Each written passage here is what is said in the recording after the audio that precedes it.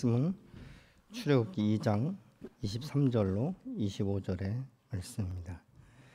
구약성경 84쪽 출애굽기 2장 23절로 25절의 말씀을 다 같이 한음성으로 봉독하시겠습니다. 여러 해 후에 애굽 왕은 죽었고 이스라엘 자손은 고된 노동으로 말미암아 탄식하며 부르짖으니 그 고된 노동으로 말미암아 부르짖는 소리가 하나님께 상달된지라. 하나님이 그들의 고통 소리를 들으시고 하나님이 아브라함과 이삭과 야곱에게 세운 그의 언약을 기억하사 하나님이 이스라엘 자손을 돌보셨고 하나님이 그들을 기억하셨더라. 아멘. 사람이 고난을 당할 때 그 고난을 어떻게 해결할 것인가, 이것이 이제 그 나름대로의 생각과 또 지금까지 경험되었던 것들에 대해서 처신하는 방법들을 우리가 보게 됩니다.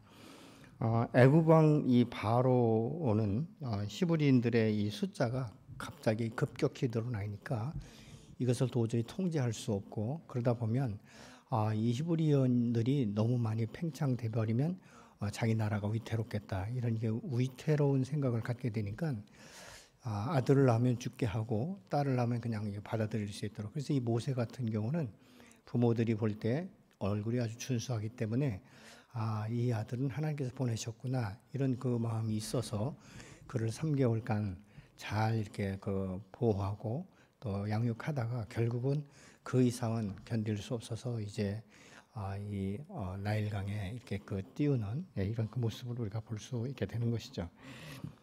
사실 이스라엘 백성들에게 이제 그러면서 이제 이 애굽 왕이 노역을, 아주 강제 노역을 강화시키기 시작을 합니다. 너희가 육체가 피곤하면 아무래도 자녀들을 출산하는데 어려움을 갖지 않겠는가. 그런데 동일하다는 것이죠. 그러면서 이제 계속적으로 이 노역을 점점 더 강화시키니까 이스라엘 백성들이 견디다 못해서 이제 하나님 앞에 신음하면서 부르기 시작했다라고 오늘 본문은 말씀을 하고 있습니다. 23절 상반절에 보니까 여러 해 후에 애굽 왕은 죽었고, 이렇게 생각하고 말씀하고 있지 않습니까? 여기서 말할 때 여러 해 후에 애굽 왕이 죽었다. 그러면 이 애굽 왕 한 사람이 죽음으로 말미암아 이스라엘 백성들의 노역이 감소될 수 있을까? 그렇지 않다는 것이죠. 한 나라의 정책과 또 이런 모든 것들의 이 변화라는 것은 금방 왕이 바뀌었다고 해서 없어지는 것이 아니죠. 이 노역이나 이 고통은 동일하게 이제 이 부과가 되다 보니까 이스라엘 백성들이 여기에서 이제 이 고통을 느끼게 되는 것이죠. 그래서 이 애굽 왕이 죽었다, 이 말은 그만큼 세월이 흘렀다, 이렇게 우리가 이 해석을 하는 것이 좋습니다. 세월이 그렇게 많이 흘렀는데도 이스라엘 백성들에게 노역을 시키는 것은 그때나 지금이나 동일하다는 것이죠. 그러니까 이 오랜 기간 동안 이 노역을 하고 하다 보니까 너무 고통스러운 것이죠. 그래서 한숨과 한탄이 나오기 시작하는 것입니다. 여러분, 사람이 너무 고통스러우면 한탄, 그래서 한숨을 쉴 때 어떤 때는 그렇게 말하잖아요.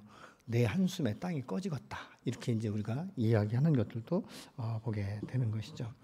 그래서 이 23절 후반절에 보면 이스라엘 자손들이 고된 노동으로 말미암아 탄식하며 부르짖으니 그된 노동으로 말미암아 부르짖는 소리가 하나님께 상달된지라, 이렇게 말씀하고 있습니다. 여기서 부르짖다, 이 말은 히브리어로 지아크라는 말인데, 부르짖다, 외치다, 이 뜻인데요. 어떤 의미로 쓰이냐면 너무 사람이 힘들다 보니까 소리내서 큰 소리로 운다, 이런 의미를 갖고 있어요. 그러니까 요셉으로 인해서 이 애굽에서 온 이스라엘 백성들은 요셉이 죽고 또 요셉을 아는 왕들이 다 죽다 보니까 이 이스라엘 백성들이 이 애굽에서 왜 사는지 이것을 모르니까 이제는 이 강제 노역을 시키면서 이 계속적으로 그것을 이 강화시키기 시작하는 것이죠. 사실 이스라엘 백성들이 잘못한 건 아무것도 없지 않습니까? 다만 출산율이 높다는 것이죠. 그러다 보니까 이제 이 애굽 사람들로부터 계속적으로 하니까 이것으로 인해서 이스라엘 백성들이 이제 탄식하며 부르짖었다라고 말하는데, 여기서 탄식이라는 말은 히브리어로 아나흐인데 신음한다, 한탄한다, 이런 의미예요. 그러니까 이것을 다시 우리말로 쉽게 해석을 하면 어떤 의미냐면 끙끙거리면서 속으로 앓는 것을 말하는 것이죠. 그러니까 부르짖지도 못하고 그러니까 소가리를 하는 거예요. 근데 여러분 사람이 말이죠. 소가리를 하다 보면 내 안에 속병이 들기 시작하는 거예요. 그러면 우리 육체의 연약한 부분에 이게 질병으로 나타나기 시작하는 것입니다. 그래서 여러분 우리의 이 속에 있는 이 응어리지는 이런 것들을 우리가 이것을 방어하기 위해서는 사실은 내 안에 있는 것들을 하나님 앞에 토설하는, 하나님 앞에 이렇게 토해 내놓는 이것이 얼마나 우리 건강이나 또 하나님과의 관계 가운데 꼭 필요한지 모릅니다. 그래서 어떤 분들은 내성적인 사람들은 그냥 속으로 꼭 참잖아요. 저희 어머니가 내성적이었는데 보니까 나중에 소갈병이 드시더라고요. 그래서 결국은 그것으로 돌아가시게 됐는데요. 사람이 그러지 않습니까? 내 속이 썩어 문드러진다. 이 말은 무슨 얘기예요? 내 속 사람이 지금 너무나 상해가고 있다. 이 표현을 말하고 있지 않습니까? 여러분 근데 그 고통 가운데서 사실은 우리가 부르짖을 수 있어야 되는데 이게 부르짖지 않으니까 어떻게 보면 이 속 안에서 계속적으로 이것이 이 흉기가 되어버리고 이 상처가 되어서 결국은 골마 터지는 이런 그 모습들을 우리의 이 삶 가운데서 경험하는 것이죠. 여러분 사람이 인생을 살아가는데 많은 아픔과 고통과 고난의 시간이 전혀 없는 사람은 아마 아무도 없을 것입니다. 어떤 분들은 그러잖아요. 부자는 뭐가 걱정이냐? 아프면 병원 가면 되지. 네, 여러분 부자나 가난한 사람이나 육체는 똑같은 거예요. 육체가 병들면 고통스러운 것이고, 뭐 돈이 있을 때 건강할 때나 좀 저희하고 다르게 좋은 차 타고 좋은 집에서 살 수 있고 좋은 음식 먹을 수 있을지 모르지만은 육체가 병들면 있는 사람이나 없는 사람이나 또 하나님의 때가 되면 있는 사람이나 없는 사람이나 다 부름 앞에 우리가 순종할 수밖에 없는 이런 모습을 볼 수 있지 않습니까? 그런데 문제는 뭐냐? 우리가 예수 안에 있는 우리에게는 이 문제를 정확히 아시고 그 문제의 근원을 해결하실 수 있는 전능하신 하나님이 계시기 때문에 그분은 내 편이시며 나의 아버지가 되시기 때문에 내 속사람에 있는 이 이야기들을 다 오픈할 수 있다는 거예요. 어떤 분들은 보면 사람에게도 오픈하지 못하지만 하나님 앞에도 오픈하지 않고 사는 그리스도인들이 참 주변에 많이 있는 것을 봐요. 그러니까 결국은 무엇입니까? 내 이 고통 이것을 하나님이 정말 알아주실까? 이해하실까? 이런 의문점을 갖게 되면 우리가 하나님 앞에 기도할 수 없는 것이죠. 여러분 하나님은 전능하시고 나의 모든 문제를 해결해 줄 수 있는 충분한 능력이 있는 줄로 믿습니다. 그렇기 때문에 우리가 하나님 앞에 나가 부르짖는 것 이것은 나를 새롭게 변화시킬 뿐만 아니라 문제를 해결할 수 있는 절호의 기회가 되는 것입니다. 사람이 말이죠. 너무 편안해도 하나님을 찾지 않습니다. 그러니까 하나님 없이도 모든 문제가 해결이 되다 보니까 별로 찾을 일이 없는 거예요. 아쉬운 일이 별로 없는 것이죠. 그러나 여러분 그렇기 때문에 우리는 하나님과 친밀해질 수 있는 수많은 이 기회들을 얼마나 많이 놓치는지 모릅니다. 여러분 우리가 잘 나갈 때 하나님 앞에 감사하는 것만이 아니에요. 내가 고통스럽고 괴로울 때 내가 모든 것들이 우겨쌈을 당했을 때 사실은 처절하게 하나님 앞에 나가서 때로는 금식하며 통곡하고 기도할 필요가 있는 줄로 믿습니다. 여러분 우리가 건강하고 이 건강한 영성을 회복하고 유지하기 위해서는요. 우리의 속에 있는 이 아픔과 고통과 슬픔을 묻어두면 안 되는 것이죠. 하나님의 토해 내야 되는 것입니다. 이 슬픔과 고통은요 내 안에 무덤으로 남기면 안 되는 것이죠. 이것을 오픈해서 정말 수고하고 무거운 짐진 자들아 다 내게로 오라 내가 너희를 쉬게 하리라고 말씀하신 그 주님 말씀 앞에 우리가 믿음으로 나가서 내 모든 인생의 무거운 짐과 고통과 현재 이 고난 이 역경들을 오픈할 때 하나님께서 우리의 기도를 들으시고 우리의 신음을 들으시고 한숨을 들으시고 당신의 방법으로 해결할 수 있는 기회를 우리에게 제공하면서 살아계신 하나님, 전능하신 하나님을 경험하는 놀라운 기회가 될 줄로 믿습니다. 여러분 문제는 부르짖을 수 있는데도 불구하고 혼자서 고통을 안고 사는 것이에요. 여러분 이스라엘 백성들이 부르짖는 이 소리를 들으시고 하나님이 응답하시는데 24절에 이렇게 말씀합니다. 하나님이 그들의 고통 소리를 들으시고 하나님이 아브라함과 이삭과 야곱에게 세운 그의 언약을 기억하셨다. 이렇게 말씀하고 있지 않습니까? 여러분 하나님께서는 이스라엘 백성들이 부르짖을 때 그 소리를 들으시고 그들의 생활을 정확하게 파악하고 계셨다는 거예요. 그래서 이 출애굽기 3장 7절에 보면요.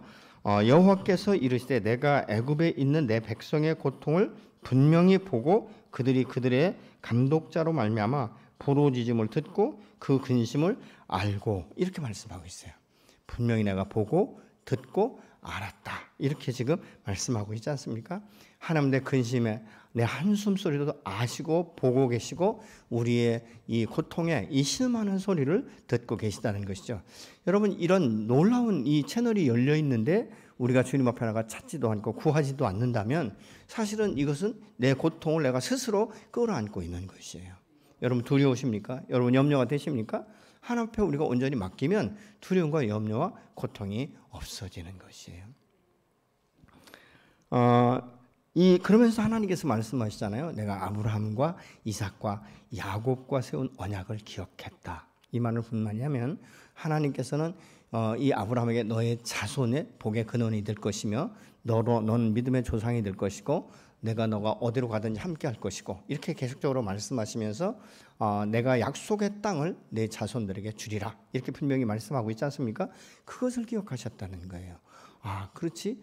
이 이스라엘 백성들은 선민이며 내가 선택했고 그들의 조상들과 내가 언약한 언약 백성이라는 것을 하나님이 기억하셨다라고 지금 말씀하고 있는 것입니다. 여러분 이스라엘 백성들이 이 탄식과 부르짖음이 처음에는 사실 고통 때문에 이 고통을 해소하기 위해서 부르짖었어요. 근데 오늘 본문에서 말씀하는 건 그 단계를 넘어선 것입니다. 하나님 정말 이 고통이 아버지의 도우심이 없이는 내가 도저히 해결할 수가 없습니다. 하나님 이 고통을 아시고 하나님 우리를 불쌍히 여기시고 하나님 긍휼히 여겨 주셔서 우리는 도저히 이 애굽 땅이 우리의 영원한 정착지가 아니라는 것을 우리가 이제 깨달았사오니 주여 우리를 이곳 가운데서 나가게 하여 주옵소서. 지금 그 간절한 소망을 가지고 기도하고 있는 것이죠. 여러분 오늘날도 이 세상이 아무리 좋고 정말 세상에 누리는 낙이 있다 할지라도 이 땅은 우리가 영원히 거주할 땅이 아니지 않습니까? 그렇기 때문에 우리의 영만이 아니라 우리의 육체도 세상과 분리된 삶을 살아갈 수 있는 것은 내 힘과 내 능력으로 될 수 없기 때문에 우리가 주님 앞에 나아가 간절함으로 정말로 탄식하며 하나님 앞에 부르짖는 이 기도가 우리 안에 있어야 될 줄로 믿습니다. 여러분 우리를 구원하신 하실 분은 하나님밖에는 안 계신 것이죠. 더 이상 이곳은 우리가 안주할 세상이 아닌 것을 그들이 깨닫는 것처럼 오늘 저희 여러분이 깨닫는 시간이 되어야 될 줄로 믿습니다. 여러분 하나님이 변한 게 아니에요. 이스라엘 백성들의 탄식과 한숨과 부르짖음의 이 태도와 마음이 지금 변했다는 것이죠. 여러분 오늘날도 어떤 분들은 그러잖아요. 하나님 이 문제만 해결되면 내가 좀 숨통이 트일 것 같고 내가 살 것 같습니다. 그런데 그렇게 하시는 분들은요, 이 문제가 해결되고 나면요 하나님의 은혜를 기억하는 것이 오래가지 않습니다. 근데 정말 철저하게 깨어져서 하나님 정말 나 힘으로 능으로 할 수 없고 내가 사람 줄을 댔고 정말 돈줄을 댔지만 하나님 돈으로 할 수 없고 사람으로 할 수 없고 오직 당신만이 할 수 있습니다. 이런 고백을 하시는 분들은요 그 마음 가운데 이것이 은혜가 새겨지는 거예요. 저는 그렇게 생각해요. 성경에 많은 인물들이 있지만 여러분 열두의 혈투증을 앓던 여인의 그 고통과 그 신음이 얼마나 컸을까. 그런데 오직 예수 그분만이 나의 병을 치료할 수 있다는 이것을 알고 나서는 정말 사력을 다해서 예수님 곁에 가서 그의 옷자락을 만지면서 자기의 혈로 근원이 마르는 것을 순간 느꼈다라고 말하고 있지 않습니까?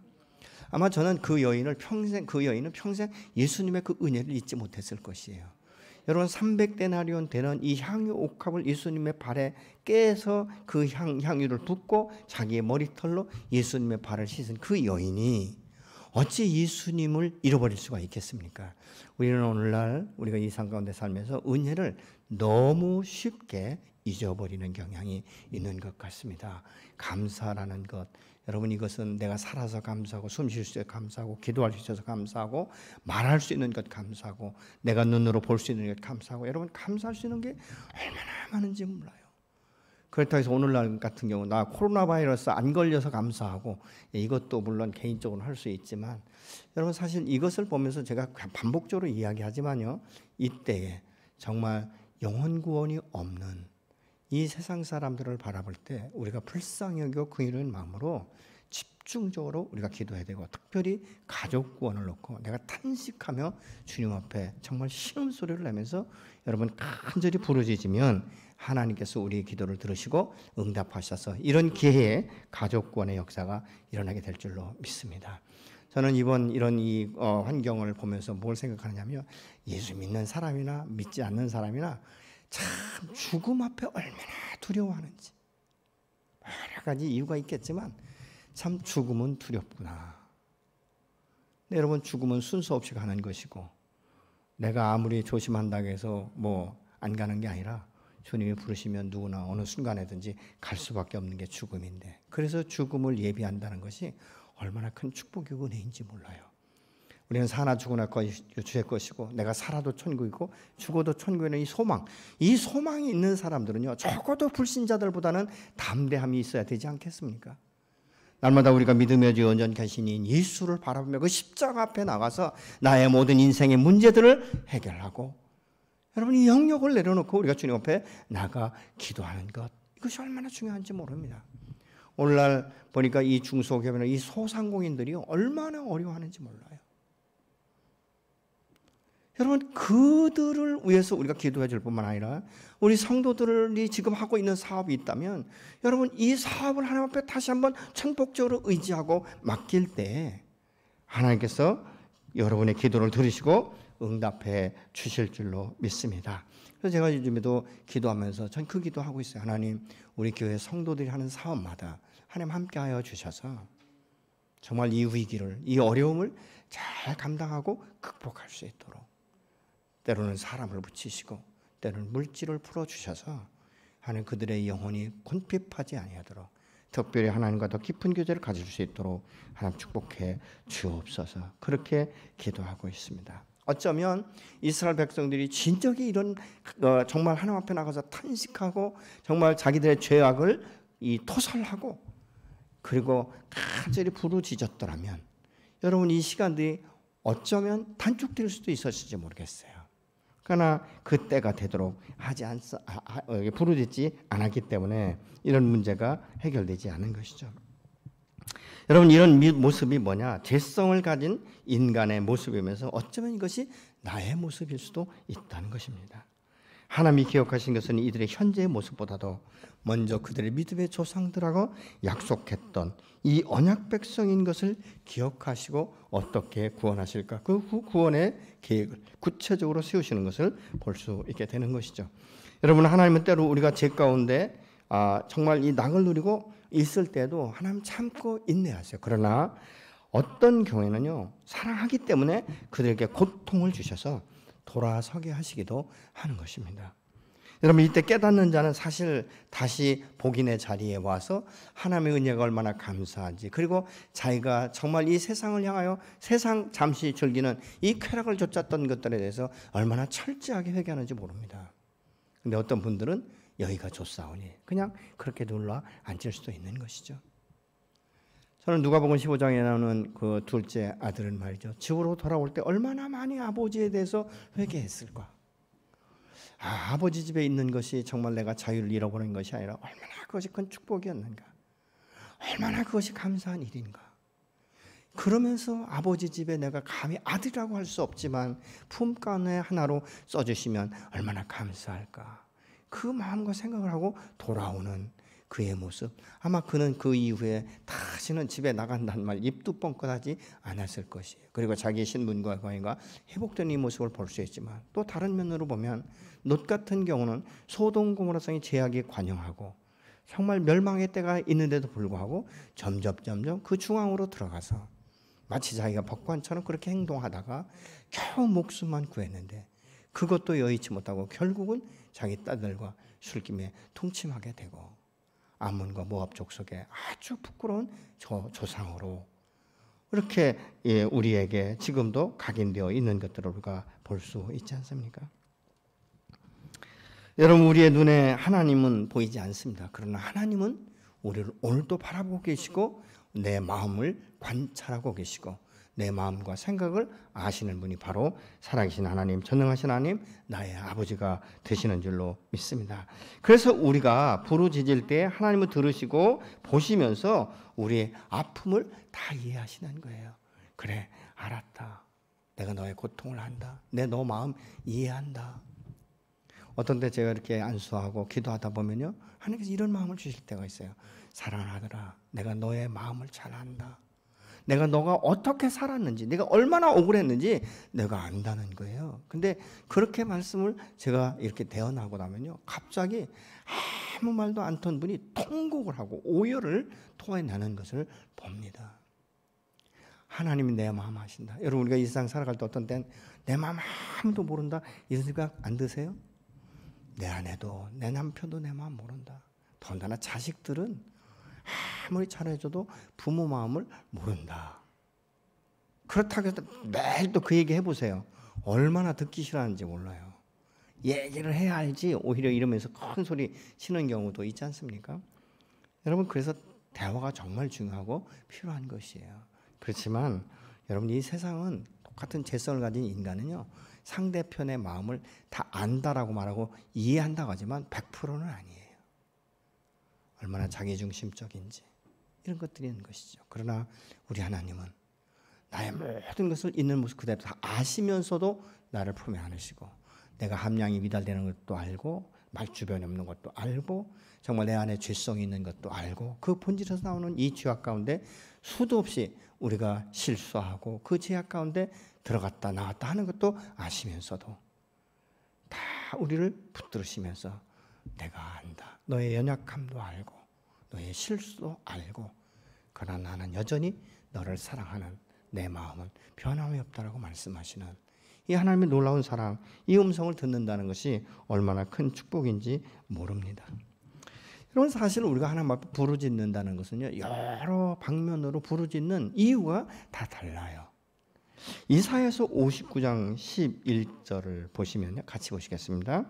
우리가 곰같이 부르짖으며 비둘기같이 슬피 울며 정의를 바라 없고 구원을 바라나 우리에게서 멀도다. 이 말은 무슨 말이냐면요, 이 이사야가 살던 이 시대는 권력자들이요, 너무 없고 가난한 자들을 계속적으로 압박하면서 착취하는 거예요. 그러다 보니까 이 당시에 뭐가 없냐, 정의가 없는 것 때문에 사람들이 부르짖습니다. 그런데 또 창세기 27장 38절 같은 데 보면요, 에서가요 억울해서 부르짖어요. 왜 억울해서 부르짖는지 아십니까? 물론 자기가 선택한 거예요. 자기 동생 야곱이 말이죠, 얼마나 약삭빠른지 그냥 사냥하고 돌아왔을 때 배고파서 죽을 맛인데 팥죽 한 그릇에 장자권을 뺏어가더니 아버지가 유언조로, 야, 이제 내가 힘이 없고 기력이 없다, 그러니까 너가 가서 짐승을 잡아서 별미를 만들어 오면 내가 너를 축복해 주겠다. 이 말을 엿듣고 야곱이 아버지의 축복까지도 뺏어가지 않습니까? 그러니까 이 에서가 와가지고 이야기하는 것이죠. 아버지, 빌어줄 복이 그것밖에 없습니까? 내게도 복을 빌어주십시오. 그럴 때 나는 다 끝났다라고 말할 때 이 에서의 마음 가운데 너무 억울한 거예요. 분한 거예요. 그래서 울었다, 이렇게 말하고 있습니다. 소리 높여 울었다는 거예요. 통곡하고 울었다는 것입니다.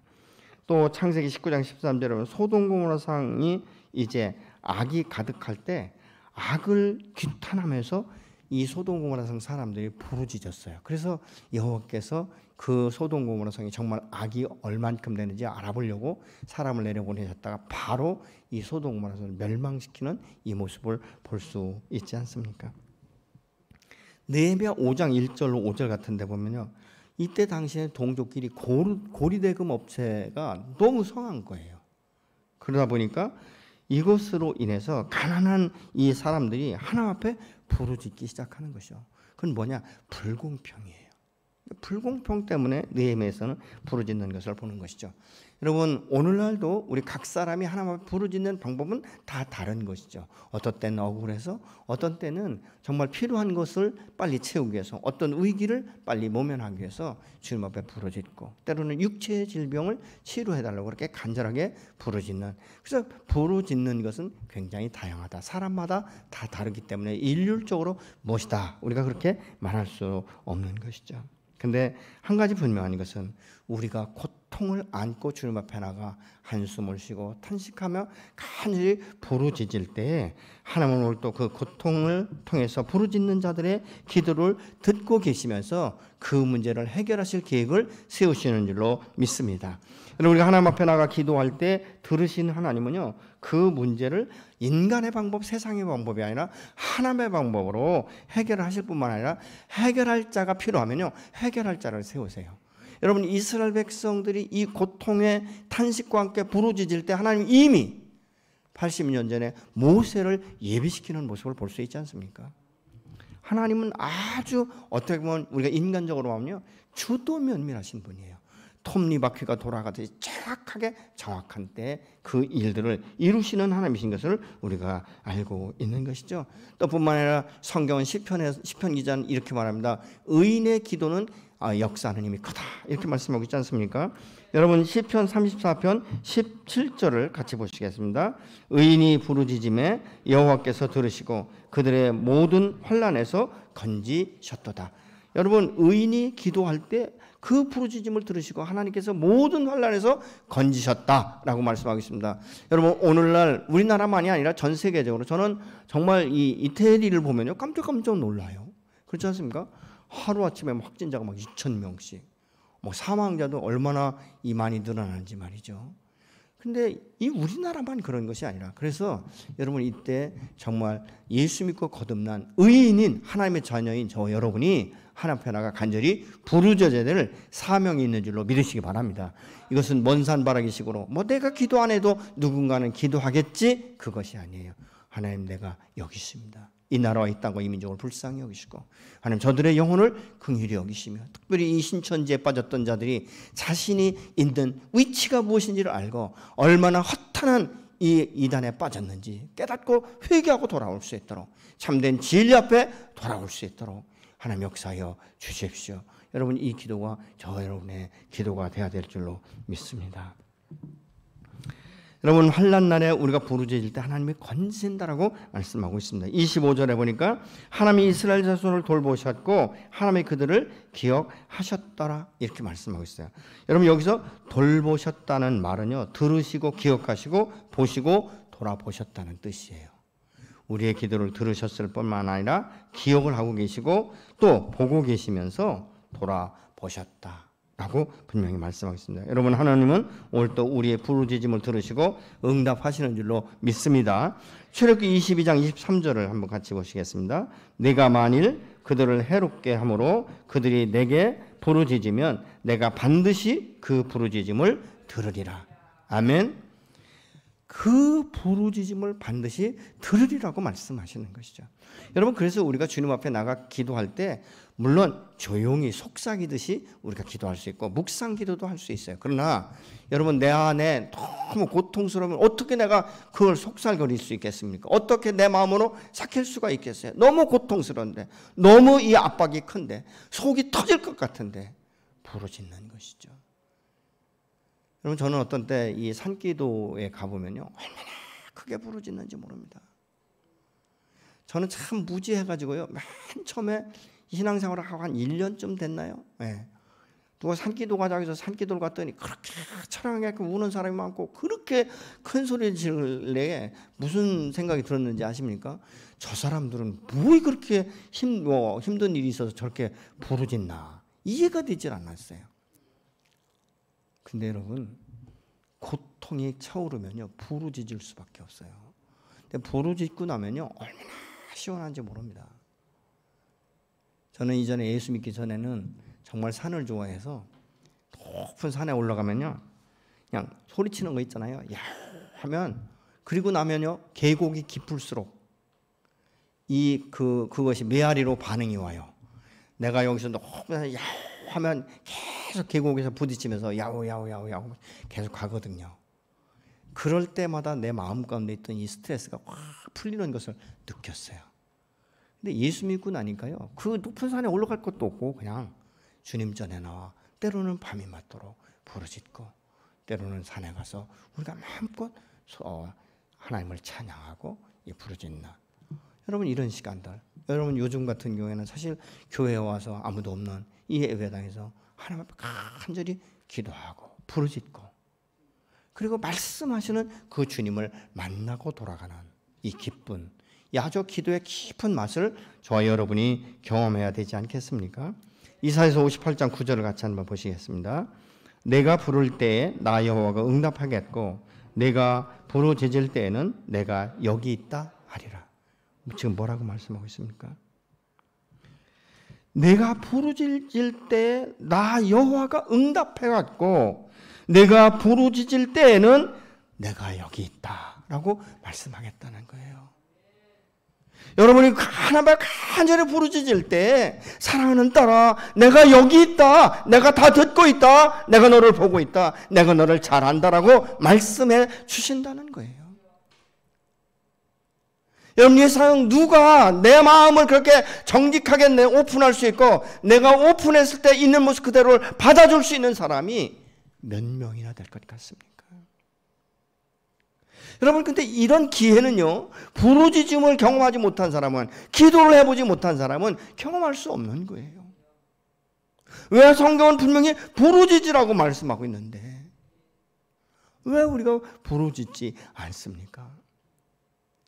하나님이 분명히 들으시고 응답하시고 보고 계시다라고 말씀하고 있는데 왜 우리가 멈춰 서 있냐는 것입니다. 그러니까 문제가 해결되지 않는 것이죠. 여러분, 때로는 하나님 앞에 간절히 1시간, 2시간 큰 목소리로 부르짖다고 보고 때로는 통곡하다 보면요, 어떤 때는 기진맥진할 때가 있어요. 도저히 소리가 안 나올 때가 있습니다. 그럴 때는 막 눈물이 범벅이 돼가지고 그때 주님의 세미한 음성이 들리는 것이에요.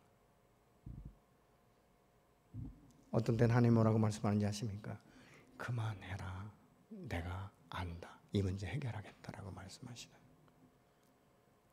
여러분, 그 사랑스러운 하나님, 내가 눈으로 볼 수 없고 손으로 만질 수는 없지만 내 마음을 만지시고 내 마음을 위로하시고 내 마음 가운데 평안을 주시고 기록된 말씀, 내가 읽었던 말씀, 암송했던 말씀으로 응답하시는 그 주님을 내가 경험할 때에 우리는 이론적으로 지식적으로 아는 하나님이 아니라 사실한 하나님, 전능하신 하나님을 우리의 몸으로 체험하고 마음으로 체험하고 삶 안에서 경험되어지는 줄로 믿습니다. 여러분, 우리에게 두려움이나 삶의 고통을 여러분 느끼십니까? 하나님 나가서 탄식하며 부르짖으시면 하나님께서 오늘도 듣고 응답하실 것입니다. 여러분, 이제 소갈이 하시지 마시고요. 그거 고민하고 뭐 두려워하고 염려하고 수천 날을 해도요, 문제 해결되지 않습니다. 어떤 분들은 보니까요, 너무 집착해요. 두려움에도 집착하고요, 염려와 근심도 집착이에요. 어떤 때는 너무 집착하니까 아무 소리도 안 들리는 거예요. 여러분, 사람이 너무 집착하다 보면요, 하나님의 음성도 못 듣습니다. 왜냐하면 내가 생각하고 있는 게 진리라고 생각하기 때문에. 여러분, 하나님 앞에 진리는 없어. 하나님 이외에, 그 진리이신 예수 그리스도 하나님 이외에는 참된 진리가 없지 않습니까? 기록된 말씀, 정말 얼마나 이 기록된 말씀이 우리의 마음을 위로하고 우리를 격려하고 우리를 새롭게 세우고 우리의 나아갈 방향을 설정해 주는지 모릅니다. 고난은 그렇기 때문에 우리를 파멸시키는 것이 아니에요.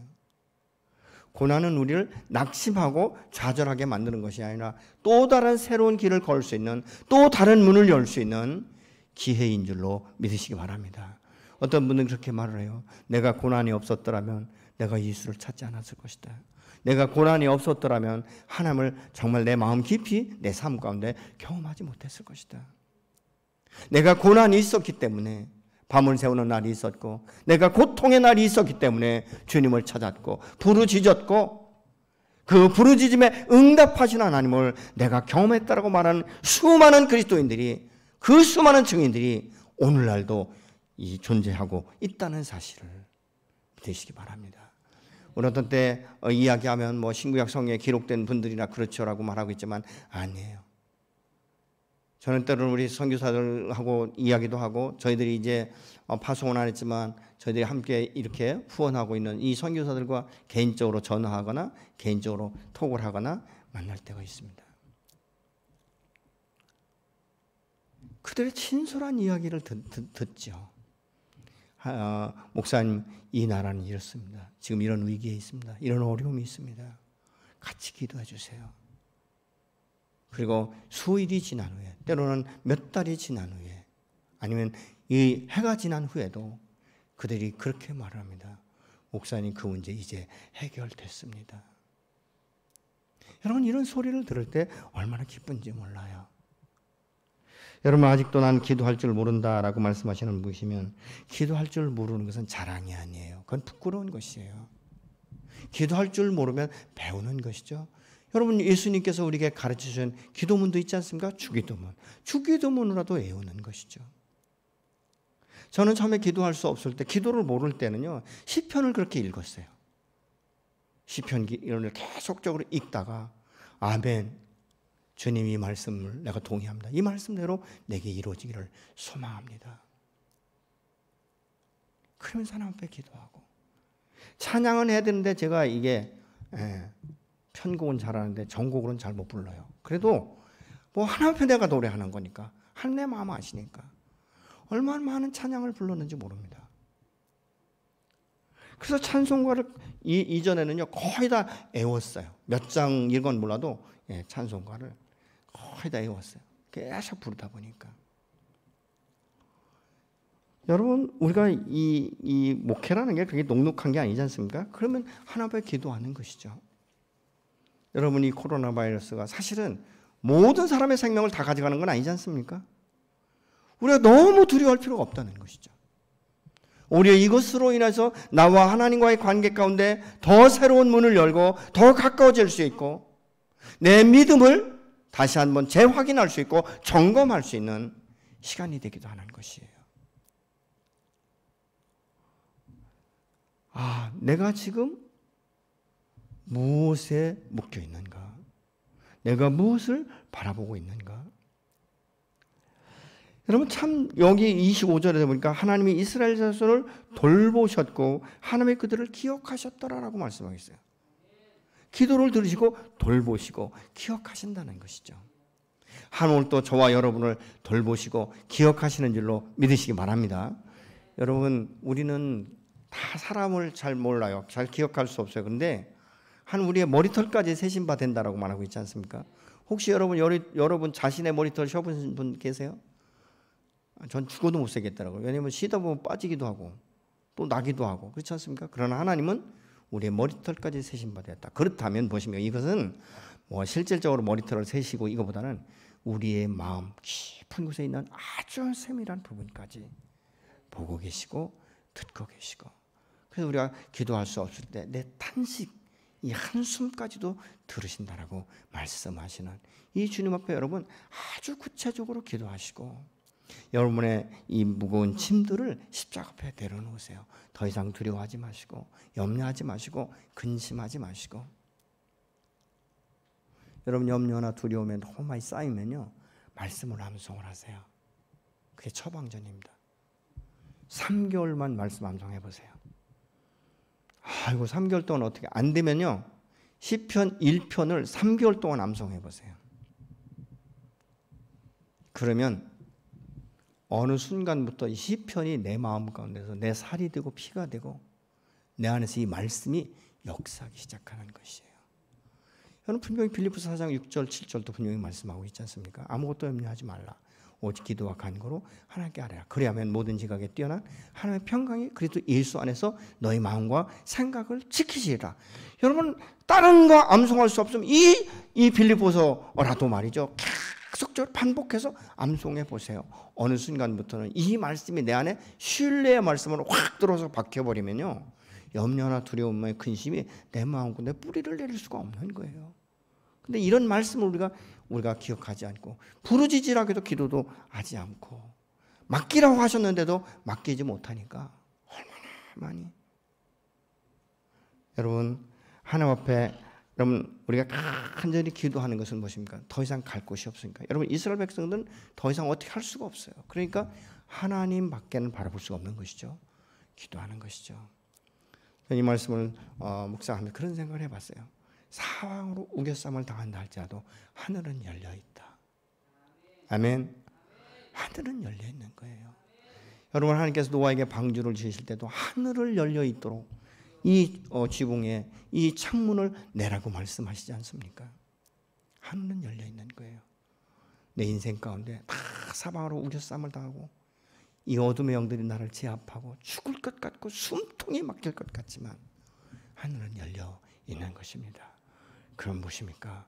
그 열려 있는 하늘을 향하여 내가 주님 앞에 부르짖기 시작하는 것이죠. 오늘 이 밤에 여러분의 기도를 하나님께서 들으시고 응답하실 줄로 믿으시기 바랍니다. 여러분, 아직도 내가 기도를 모른다 그럼 계속적으로 반복적으로 주기도문을 암송하시고, 아니면 저처럼 말이죠, 시편을 계속적으로 읽으시고, 그리고 할 줄 모르면 하나님 이 말씀대로 내 인생 가운데 내 삶 가운데 이루어지기를 소망합니다. 예수님으로 기도합니다. 그게 기도예요. 근데 그렇게 한 번, 두 번 하다 보면 어느 순간부터 하나님께서 내 입을 열어주시고 내 마음을 열어주셔서 내 마음 깊이 있는 것들을 오픈하게 하세요. 여러분, 어떤 때는 저는 기도하다 보면요, 꼭 구정물통 같아요. 잠잠한 호수 같은데 막 하나님께 기도하면서 휘저어 보면요, 제 속에 있는 그 막 얼마나 온갖 더러운 것들이 다 드러나는지 토해낼 수밖에 없도록. 여러분, 이스라엘 백성들이 그 노역이 얼마나 고통스러웠으면, 참을 수 있었으면 참았을 것이에요. 근데 더 이상 참을 길이 없으니까 간절히 하나님 앞에 탄식하면서 기도하고 부르짖을 때 하나님께서 아브라함과 이삭과 야곱과 언약한 것을 기억하셨다라고 말씀하고 있지 않습니까? 그러면서 3장에 가면 출애굽이 시작이 됩니다. 이 하나님의 방법이에요. 하나님 앞에 부르짖을 때 우리의 문제가 출애굽되어서 약속의 땅으로 옮겨지는 놀라운 역사가 일어나게 될 줄로 믿습니다. 이 한 주 우리가 하나님 앞에 기도했으면 좋겠습니다. 하나님, 내 심령을 아시는 주님, 이 밤에 내 아버지 앞에 나의 인생의 모든 무거운 짐들을 다 털어낼 수 있도록 내 마음과 생각을 주관하여 주시옵소서. 여러분, 그렇게 하나님 앞에 기도하면서 여러분의 가장 고통스러운 것이 무엇입니까? 그거 하나님 앞에 의뢰하시고, 또 그 기도가 끝나고 나면 여러분의 자녀들과 여러분의 가족 구원을 위해서 기도하시고요, 자녀들이 정말 믿음 안에서 신실하게 아름답게 성장할 수 있도록 아브라함과 이삭과 야곱을 통해서 흘러갔던 그 축복이 여러분의 가정과 가문 가운데 흘러갈 수 있도록 기도하시고, 또 나머지는 정말 이 코로나 바이러스 이19 이것이 더 이상 확산되지 않도록 하나님께 역사하시며 속히 이것이 매듭되어질 수 있도록 하나님 이 나라 이 땅을 불쌍히 여기시고 긍휼히 여기시고 온 열방을 하나님께 긍휼히 여기셔서 하나님의 살아계심과 전능하심을 기억하게 하시고 주를 만나는 기회가 되게 하여 주시옵소서. 그리고 개인 기도하시도록 하겠습니다. 같이 기도하시겠습니다.